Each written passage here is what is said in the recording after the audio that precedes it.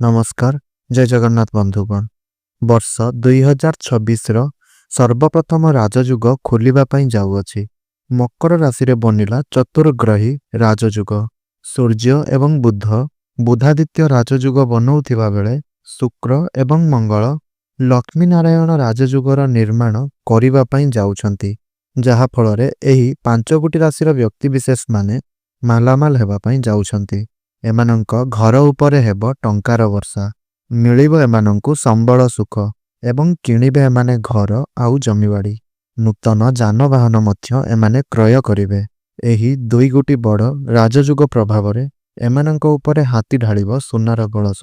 एमानंक जीवन रे वर्तमान किछि एमिति घटिबाकु जाउअछि कि जाहाकि एमाने स्वप्नरे सुधा कल्पना करिनथिबे। एही राजयुग प्रभावरु एमानंक जीवन रे एक अद्भुतपूर्वक सफलता प्राप्ति हेब। एमानंकु वर्तमान कोटिपति हेबारु केही भी रोकी पारिबे नाही। एमानंकु मां लक्ष्मींकर कृपा प्राप्ति हेब। एमानंकर समस्त आर्थिक समस्या दूर हेबा सहित एमानंक पाखकु धन माड़ी आसिब। जदि संतान कामना करुथुले तेबे संतान सुख प्राप्ति हेब। शिक्षा क्षेत्र रे अधिक उन्नति प्रगति करिवे। मन पसंदिया कॉलेज रे एमानंकर एडमिशन होई पारे। शिक्षा क्षेत्र रे उन्नति करिबा सहित संतान सुख प्राप्ति हेब। प्रेम जीवन रे लागी रहितिबा समस्त समस्या रो एमानंकु मुक्ति मिलिबो। एमानंक जीवन रे नूतन पार्टनर आसी पारंती। विवाहर जुग सृष्टि हेब एवं एही राजयुग प्रभावरु एमानंकर विवाह मध्य फाइनल होई पारे। एमानंकु भाग्यर साथ मिलिबो। किछि नुआ कार्य किछि बड़ कार्य करि पारंती। नुआ इन्वेस्टमेंट करि पारंती। आकस्मिक धन लाभर जुग सृष्टि हेब। वैवाहिक सुख प्राप्ति हेबा सहित व्यापार वाणिज्य करुथिले सेथिरे उन्नति प्रगति करिवे। क्यारियर रे उन्नति करिवे। प्रमोशन रो जुग बनिबो। नूतन कर्म प्राप्ति हेबो। स्वास्थ्य रे उन्नति देखिबाकु मिलिबो।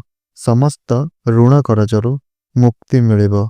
तेबे आसंतु जानिबा एही राजयुग प्रभावरु राशि चक्र रे थिबा 12 गोटी राशि मानंक मध्यरु केउ 5 गोटी राशि बहुत अधिक लाभ देखिबाकु जाउछंती। एहा पूर्वरु वीडियोटी को लाइक करी कमेंट बॉक्स रे जय मां लक्ष्मी जय शनिदेव अवश्य रूप रे लिखि दियंतु। तुला राशि एही राजयुग प्रभावरु एमानंकर भाग्य पूरापूरी बदलिबा पई जाउअछि। एमानंकु समस्त भौतिक सुखर प्राप्ति हेब। जदि एही राजयुग प्रभाव रे एमाने किछि भूमि प्रॉपर्टी जमी नूतन जानवाहन गुड़िक क्रय करि पारंती। नूतन गृह निर्माण करि पारंती। क्यारियर क्षेत्र रे उन्नति प्रगति हेबा सहित प्रमोशन रो जोग बनिबो। नूतन कर्म प्राप्ति हेबार संभावना सृष्टि हेबो। समस्त ऋण करजरु एमानंकु मुक्ति मिलिबो एवं समस्त शत्रु मानंक ठारु मध्य मुक्ति मिलिबो। प्रेम जीवन रे लागी रहितिबा समस्या रु मध्य मुक्ति मिलिबो। आपणक जीवन रे नूतन पार्टनर माने आसी पारंती। विवाहर सुख प्राप्ति हेबा सहित आपणकर घरकु विवाहर प्रस्ताव मान आसीबो एवं आपणकर विवाह मध्य होई जिवो। शिक्षा क्षेत्र रे उन्नति प्रगति करिवे। भाग्यर साथ मिलुथिबा कारणरु आपण कौनसी दूर स्थान को यात्रा करि पारंती। पैतृक संपत्ति रु लाभ मिलि पारे। ऑनलाइन रे काम करुथले, टेक्निकल फील्ड रे थिले, आईटी सेक्टर रे थिले, एमानंकु अधिक सफलता प्राप्ति हेबो। आकस्मिक धन लाभर जुग सृष्टि हेबो। आपणकर डेली इनकम बढ़िबो। फाइनेंशियल ग्रोथ हेबो। व्यापार वाणिज्यर स्थिति मध्य बढ़िबो। तेबे आपणकर तुला राशि होइतिले तळे थिबा कमेंट बॉक्स रे जय मां लक्ष्मी अवश्य रूप रे लिखि दियंतु। कुंभ राशि एही राजयुग प्रभावरु एही राशिर व्यक्ति विशेष मानंक जीवन रे किछि एमिति हेबा पई जाउअछि जाहाकि एमाने एमानंकर स्वप्न रे सुधा कल्पना करिनथिबे। एमानंक निकटकु अर्थर आगमन हेबो। विभिन्न दिगरु अर्थ आसिबो। अर्थ कमाइबा पई नुआ नुआ पार्टनर एमानंकु मिलिबो। आकस्मिक धन प्राप्तिर जुग सृष्टि हेबो। भाग्यर साथ मिलुथिबारु अटकी रहितिबा समस्त कार्य एमानंकु सफलता प्राप्ति हेबो। पुणी धरे चालू हेबाकु लागिबो। पैतृक संपत्तिरु लाभ प्राप्ति हेबो। समस्त ऋण करजरु मुक्ति पाइबे। शत्रु मानंक ठारु मध्य मुक्ति पाइबे। शिक्षा क्षेत्र रे मन पसंदर कॉलेज रे एडमिशन होई पारे। नूतन स्थान रे एडमिशन होई पारे। बहुत अधिक उन्नति प्रगति करिवे। एही राजयुगर प्रभावरु जेउमानंकर विवाह हुई नाही तो सेमानंकर वैवाहिक जीवन सुखमय व्यतीत हेबो। ବିବାହ ହେବାର ସମ୍ଭାବନା ସୃଷ୍ଟି ହେବ। ଆଇଟି ସେକ୍ଟରରେ, କନଷ୍ଟ୍ରକ୍ସନର କାମରେ, ଇମ୍ପୋର୍ଟ ଏକ୍ସପୋର୍ଟ କାମରେ, ଅନଲାଇନ୍ କାମରେ ଏମାନଙ୍କୁ ସଫଳତା ପ୍ରାପ୍ତି ହେବ। ବେପାର ବାଣିଜ୍ୟ କରୁଥିଲେ ବହୁତ ଅଧିକ ଉନ୍ନତି ପ୍ରଗତି କରିବେ। ନୂତନ ବେପାର ଆରମ୍ଭ କରିବେ। କ୍ୟାରିୟର କ୍ଷେତ୍ରରେ ଯଥେଷ୍ଟ ସଫଳତା ପ୍ରାପ୍ତି ହେବ। ସମାଜରେ ମାନ ସମ୍ମାନ ଓ ପ୍ରତିଷ୍ଠା ପ୍ରାପ୍ତି ହେବ। ନୂତନ କର୍ମପ୍ରାପ୍ତିର ଯୁଗ ସୃଷ୍ଟି ହେବ। ଆପଣଙ୍କର ପ୍ରମୋସନ ହୋଇପାରେ, ପଦ ଉନ୍ନତି ହୋଇପାରେ।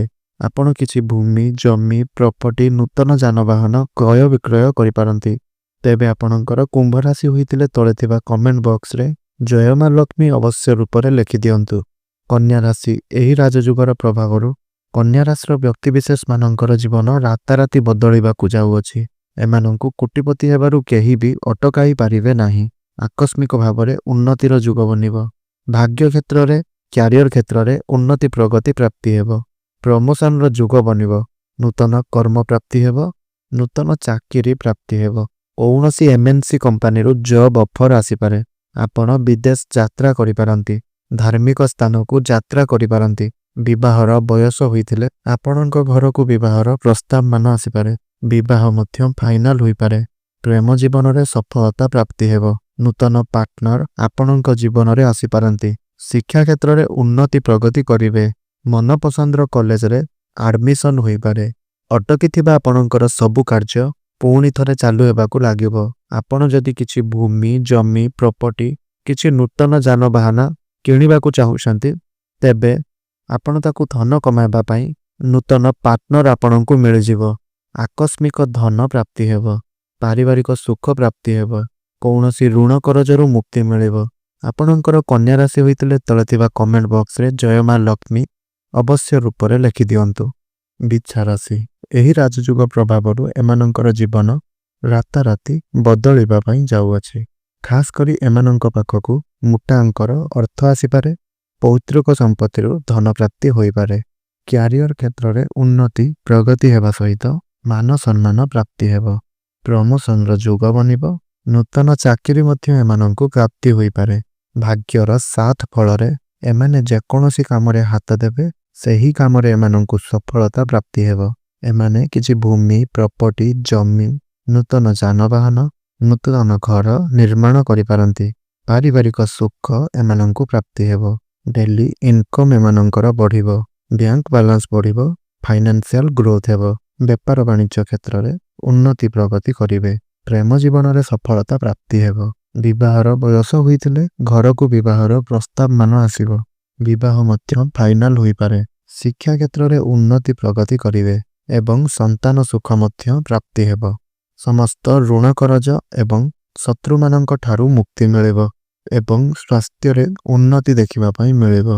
ତେବେ ଆପଣଙ୍କର ବିଛା ରାଶି ହୋଇଥିଲେ ତଳେ ଥିବା କମେଣ୍ଟ ବକ୍ସରେ ଜୟ ମା ଲକ୍ଷ୍ମୀ ଅବଶ୍ୟ ରୂପରେ ଲେଖିଦିଅନ୍ତୁ।